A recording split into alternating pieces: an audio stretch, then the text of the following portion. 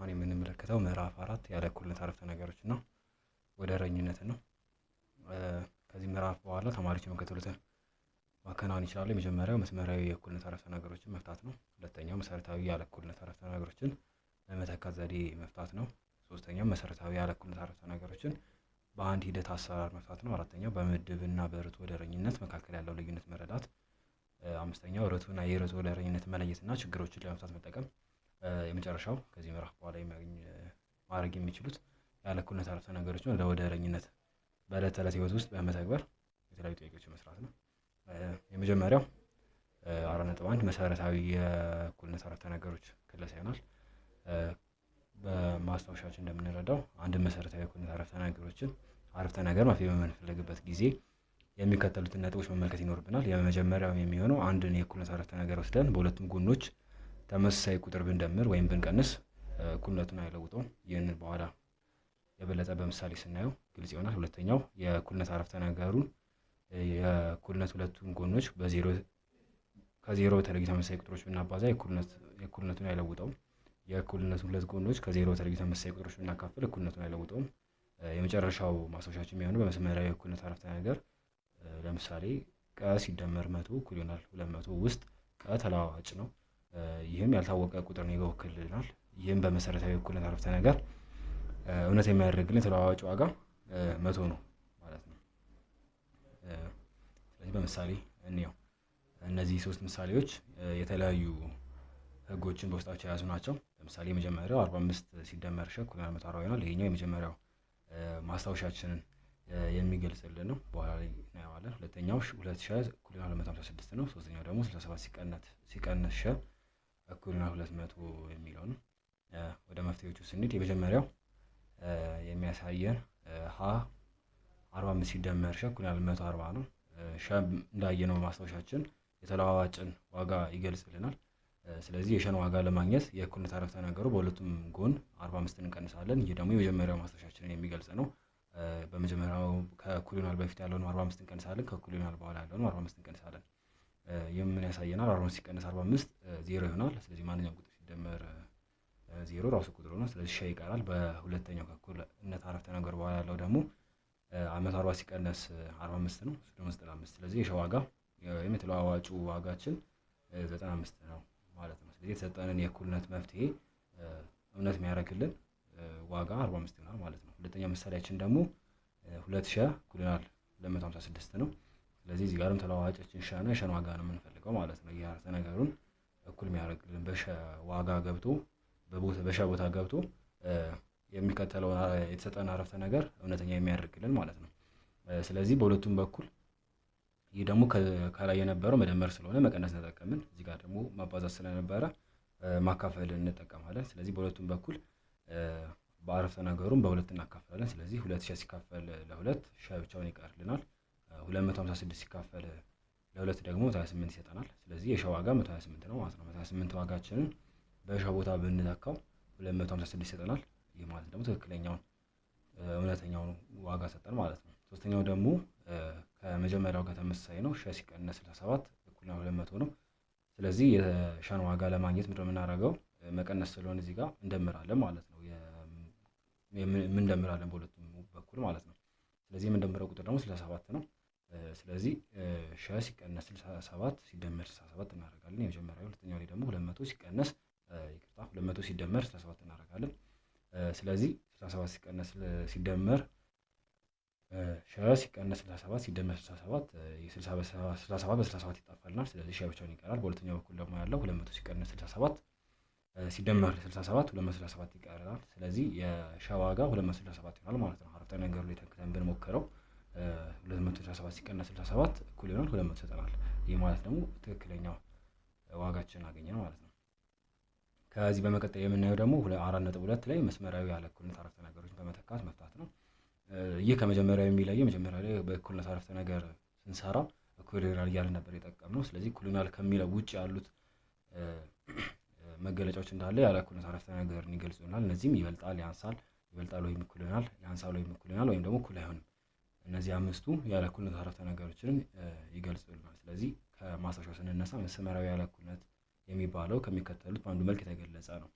ስለዚህ ወሸ ሸ ለምሳሌ ወ የምንለው ቋሚ ቁጥር ነው።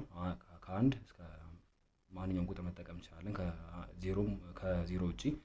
ስለዚህ ወሸ ሲደመር ለ ያንሳል ከዜሮ ይበልጣል ያንሳል ወይም እኩል ይሆናል ከዜሮ ይበልጣል ወይም እኩል ይሆናል ከዜሮ ይበልጣል ከዜሮ እንዲሁም እኩል አይሆንም ከዜሮ በዚህ መልክ ከተቀመጠ ያለ እኩልነት አረፍተ ነገር እንለዋለን ማለት ነው።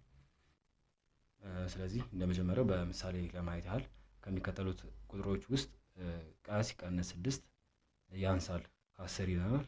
ያንሳል ምልክቱ ደግሞ ያለ እኩልነት አረፍተ ነገሩን ይገልጽልናል። ስለዚህ የሚከተለውን አረፍተ ነገር ያለ እኩልነት አረፍተ ነገር እውነት የሚያደርጉት የትኞቹ ናቸው ይለናል። ስለዚህ እዚህ ጋር የምናየው ምንድነው እኩል ይሆናል ስላልሆነ ከአንድ በላይ መልሶች ሊኖሩን ይችላሉ ማለት ነው። አሁን ለምሳሌ ከ10 የሚበልጡ ቁጥሮች ብዙ ናቸው እና ማንኛውም የእቃ ዋጋ ከ10 የሚያስበልጥልን ከሆነ ከአንድ በላይ ነው ማለት ነው። ስለዚህ ውጤታችን የሚሆነው ስለዚህ የተሰጡን ምርጫዎች ደግሞ ከዚህ ውስጥ የመጀመሪያው 8፣ ሁለተኛው ለ12፣ ሐመርሖ 16፣ መ 18፣ ሰ 10 ነው። ስለዚህ እዚህ ጋር ምንድነው የምናደርገው እነዚህ የተሰጡን ቁጥሮችን በእቃ ቦታ እየተካን የሚሰጠንን አረፍተ ነገር እውነት ያደርግልና አያደርግልን የሚለውን ነገር እናያለን ማለት ነው።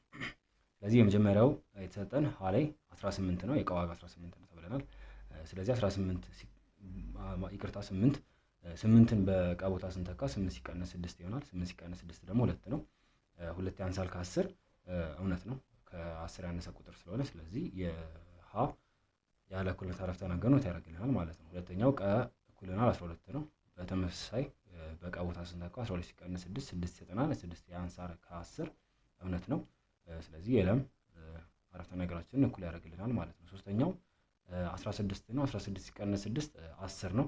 እዚህ ጋር የተሰጠን ያንሳል ነው። ስለዚህ 10 ያንሳል ከ10 አይሆንም። 10 እኩል ይሆናል 10 ነው። በዚህ ቦታ 10 ያንሳል ወይም እኩል ይሆናል 10 ቢሆን ኖሮ አረፍተ ነገራችን እውነት ይሆን ነበር። ግን እዚህ ጋር 10 ያንሳል ከ10 ስለሆነ መጨረሻ ላይ ይመጣልን ያ ደግሞ ሐሰት ይሆናል ማለት ነው።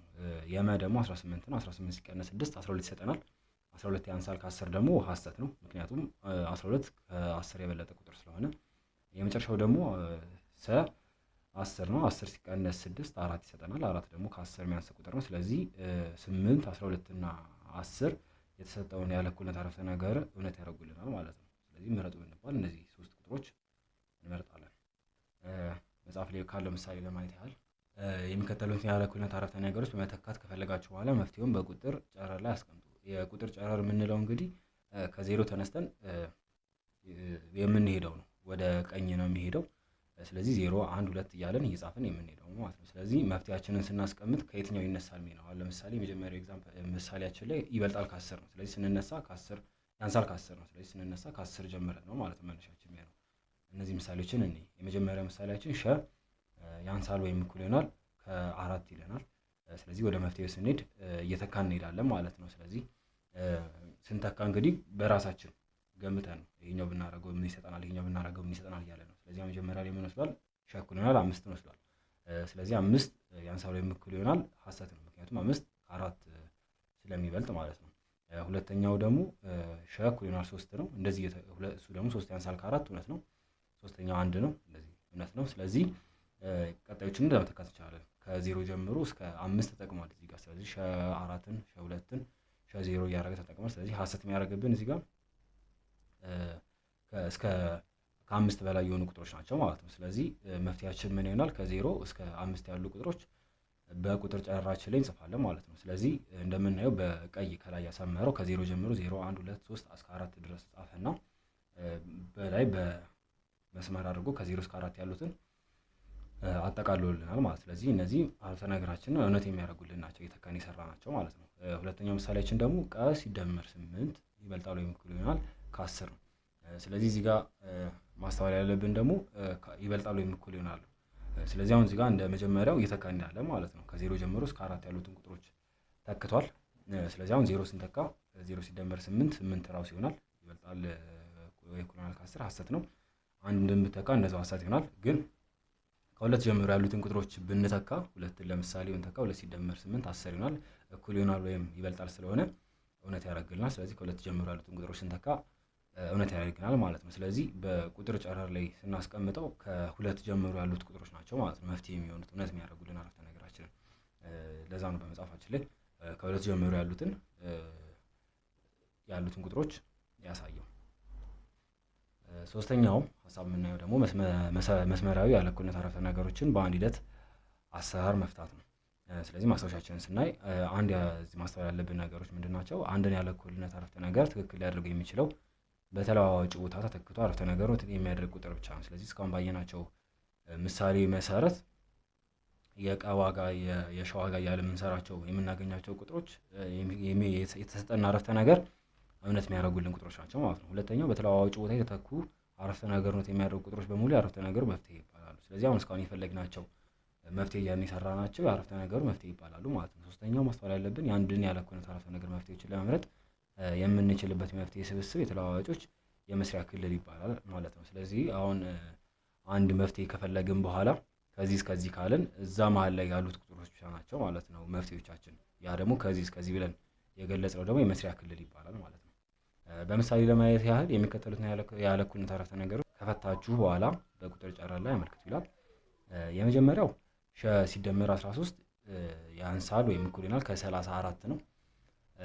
ስለዚህ የመስሪያ ክልላችን ይሄኛውን ቁጥር እንዳንሰራ የሚያግደን ቁጥር የለም። ስለዚህ ሙሉ ቁጥር ስብስብ ነው ማለት ነው። እዚህ ጋር ማንኛውንም ቁጥር ብንተካ ውሸት አያረግብንም። መልሳችንን ውሸት አያረግብንም ስንል እንዴት ነው? ማንኛውም ቁጥር ብንተካ አንዲፋይንድ አይመጣብንም። ስለዚህ እነዚህ የዚህ መስሪያ ክልላችን ምን ይሆናል?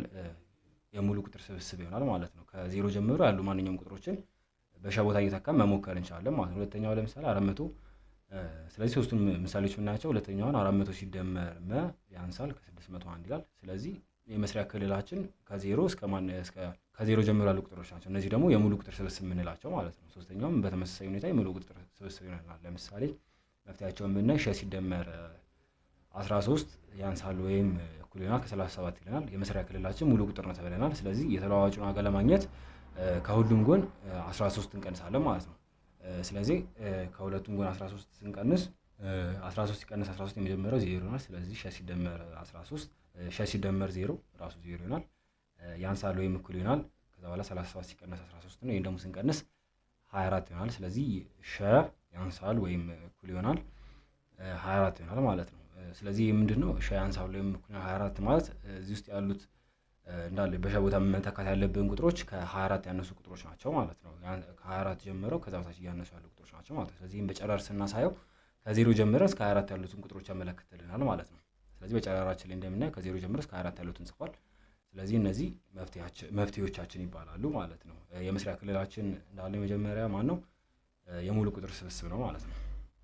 ሁለተኛው ምሳሌያችን ደግሞ 400 ሲደመር መ ያንሳል ከ601 ነው። የተለዋዋጩን ዋጋ ለማግኘት እንግዲህ መጀመሪያ ባየነው መሰረት በሁለቱም በኩል 400ን እንቀንሳለን ማለት ነው መጀመር ስለሆነ። ስለዚህ 400 ሲቀነስ 400 0 ይሆናል።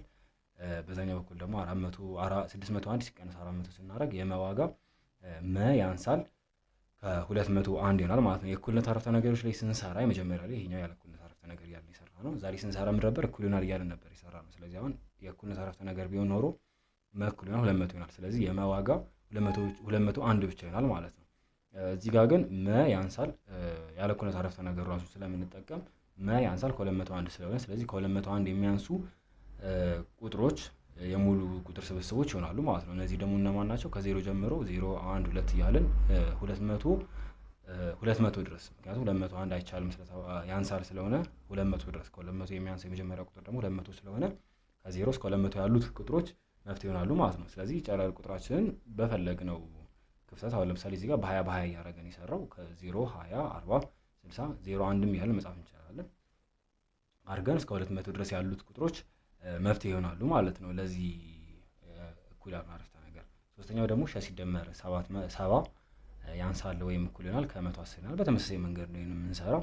ስለዚህ በሁለቱም በኩል ምን እናደርጋለን? 70 እንቀንሳለን ማለት ነው። ስለዚህ ሸ ያንሳል ወይም እኩል ይሆናል ከ40 ስለዚህ ከመጀመሪያው ምሳሌያችን ጋር ተመሳሳይ ነው ማለት ነው። እኩልና ያንሳል ወይም እኩል ይሆናል ነው ያለን እዚህ ጋር። ስለዚህ እኩል ምልክት ስላለች በውስጡ 40 መፍትሄ ይሆናል ማለት ነው። ስለዚህ ከ40 የሚያንሱ ቁጥሮች ደግሞ ከዜሮ ጀምሮ እስከ 40 ያሉ ናቸው።